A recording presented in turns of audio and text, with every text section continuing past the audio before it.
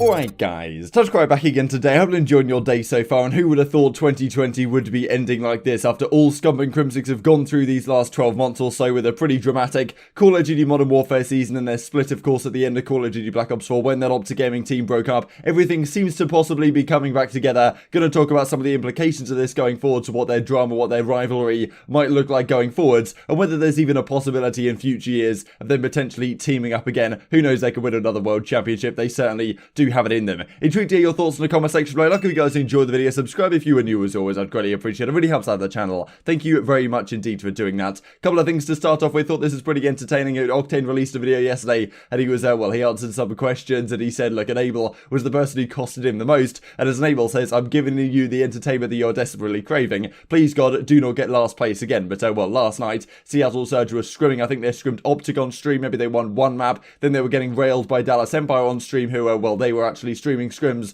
for the first time in quite a while. So possibly Seattle Surge not looking so good. A few of you pointing out that they're kind of getting world starred in scrims at the moment, but of course there's a long time until the season begins. As Looney says, online scrims are comedy nowadays, especially when Big P, that being Gunless, pre-aims and still loses fights. As Gunless says, I get 0.2 upload apparently and constantly skip on the screen. He is in the right here. So yeah, well, maybe Seattle not in the best spot. We talked a couple of days ago, most upgraded team for CDL 2021. Seattle certainly was in the conversation, but well, as yet not necessarily looking so strong. There has been some additional questions these last couple of days about the AK-47. Kismet, I mean, obviously now on the amateur side, but former pro players such as Kismet from last season and Morks, of course, on the Florida Mutineers last season, also talking about how, well, the AK is not the weapon that they would like to see in competitive play, and they'd like to go back to a Krig 74U meta. Will that be the case? Will it get GA'd out of competitive play? We'll have to see what happens in the coming weeks. This then comes out from Crimsix yesterday. Yo, drop beef if I be your New Year's kiss at Scump. And he quotes this video here from October 2018. It's a pretty funny one. It has music playing in the background, so I'm not going to play it. But effectively, yeah, Scump asks Crim, like, do you know anything about geography? And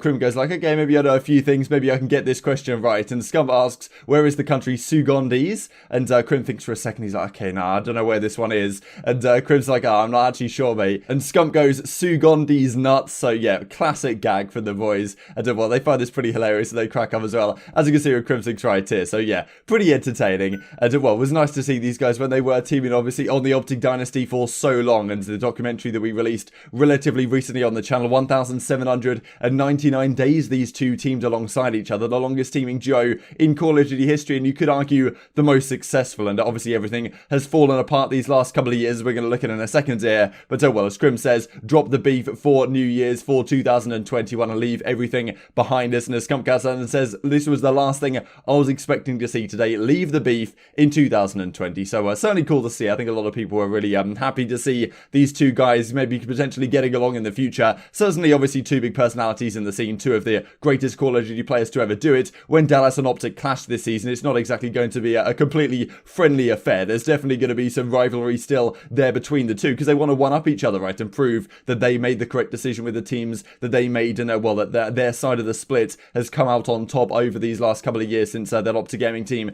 did break apart at the end of 2019. But well, certainly the rivalry may not be quite as intense and as well hostile as, to be honest, it has been throughout these last couple of months. And Octane's Burner says you two need to make up for lost time. So that was pretty entertaining. Crim also well just tweeted this out in response. So yeah, credit to your boy. And just to give a quick timeline of their drama these last couple of seasons. So as Crim says, I'll never forgive, I'll never forget when he joins the Dallas Empire at the start of the franchise era into Call of Duty 2020. And well, I want to get my former team back. This was OpTic Gaming 2019 with Scump, Karma, it was at the time, Dashy and TJ Halley with TP as coach. I want to get my former team back for everything they put me through, everything I had to deal with, everything that has gone underappreciated. I want to put them in the dirt. And Crimsix definitely, well, took on this kind of villain role going onto this new squad. And there was a lot really to talk about along this. I mean, and also we could see at the start of the season or in the pre-season, Dallas Empire were doing so well in early online tournaments. And Chicago Huntsmen believed when they went to their first tourney, that of course was Scump's new team with formal envoy, Arcetes and Gunless as it was on the time. They went to their first event and Scump was expecting to, well, do great things and believe that they could take them out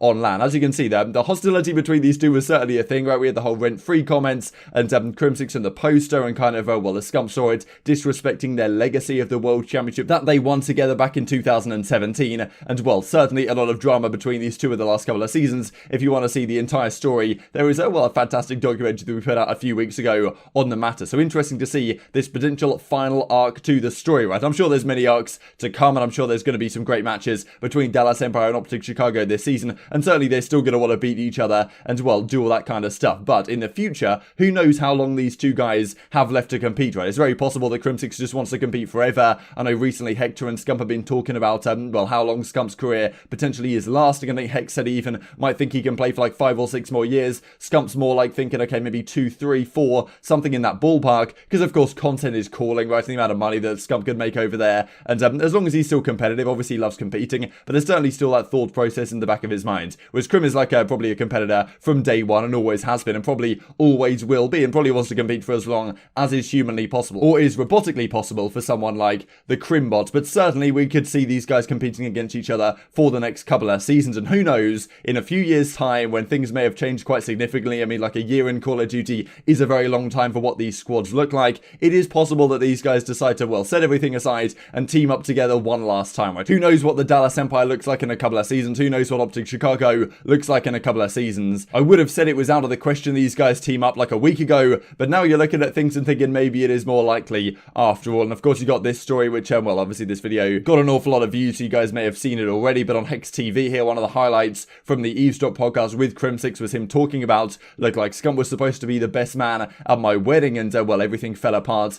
as that team fell apart, right? And as you can see right here, these guys teamed together for a very long time. Let's just make sure this is fully on screen. This, of course, is Crimsix's career, but as you can see, most recently here in Modern Warfare, but through Black Ops 4, through World War II, through Infinite Warfare, winning the World Championship, through Black Ops 3, through Advanced Warfare, these guys teamed along each other's sides from the very start of Advanced Warfare back in 2014, and the way everything kind of went down, and they had a significant falling out is pretty crazy to see. And it's nice to see, I think, that they're getting back on good terms right here. As Lion Man says at the time, if you watch the documentary, you may have seen this at the end, but this is kind of their versus card, and well, 74 pro tourneys, 81 pro tourneys. Crim is a higher average placing. Of course, Crim, well, in the early days in Black Ops 2 and such, when he was on the Complexity Evil Geniuses Dynasty through Black Ops 2 and Ghost, that was when he was just absolutely crushing tournaments after coming over from Halo, only a couple of months before that, really. So yeah, head-to-head COD champs 1-to-1, head-to-head in finals. So yeah, pretty interesting to see how these stats go down, and I'm sure there's going to be some many great battles between these players going forwards this season as well, and who knows at some point whether they do decide to fully set aside the differences and come back together one last time. I'm sure a lot of people would like to see that conclusion to the story. To finish off the video with a couple of interesting things regarding this like anime camo type thing, which has been added into the game. You can get this camo, some of you guys may have got it, which it gives you like purple bullets or something, and it's like an anime thing on your gun. I'm not really sure, I don't really fully understand exactly what it is. I haven't really looked in the store or anything like that, but a lot of people have been using it, and in classic style of the Call of Duty community, people are getting increasingly superstitious as to whether it actually well, increases your damage or something like this. It's just kind of classic what well, Call of Duty players like to talk about. But also, if you face it right and you're playing against a guy with it, it actually can be quite well, I think it can be quite distracting having the purple bullets flying at you. Whether it actually causes you to lose gunfights, I don't really know. That is another question. But as Venom says, imagine getting gunned and saying, oh my god, it's because he had purple bullets. As Silly says, nobody has ever said this, bro. As well as Crow says, Killer has entered the chat. Adam Killer, Sloss, of course, 2013 Call of Duty World Champion, well known for his kind of superstitious thoughts regarding well, some of the camos in the game. He would always check the color of the Ethernet cords going into the back of his PS4 LANs and stuff, so that if he had a yellow one, that probably means he's getting less hit reg than the guy who has the blue one on the other side of the station. But also camos and stuff like this he's well, we've stood about before. As Pentagram says, say on God we're going to G8 a camo before the AK-47, so it seems like it actually maybe getting G8 out of the game. I just wanted to finish off with a couple of hilarious clips. This was actually from Modern Warfare. I'm surprised I didn't see this at the time, with Killer talking about and taking some notes on what people were using that were killing him and joking him in these ways, imagining maybe in his own mind, and maybe there's some reality to this, that some of the camos and charms that were being used on the weapons actually, well, increase the damage of the opposition. And then there was this one that came out quite recently as well from Call of Duty Black Ops Cold War. He gets kind of joked here from Kitchen to Zig, and well, he's kind of questioning the camo this guy has on his weapon. But yeah, I thought it was pretty entertaining stuff to finish off the video. Intrigued to hear your thoughts on all this stuff in the comment section, but I hope you guys enjoyed the video. If you did enjoy it, I'd greatly appreciate a like on the video. Really helps out the YouTube algorithm to know you enjoyed this content. Other people like you may enjoy this content as well, and help grow the competitive Call of Duty community. Thank you for watching as always, take care, and I will see you next time. Blue Tiger? Where did he get? Oh, he just killed me in a bullet, dude. Like trying to stun me, you know. Look, it's the... Yo, he killed, dude. What camo is that? Damascus. You have to pay for that camo? it's like Dark Matter from Black Ops 4, like Dark Matter like that. Oh my god, are you kidding me? I have it though. I have it. Put it on, dude. Think so? I just died in a bullet. There's no explanation other than it's more power.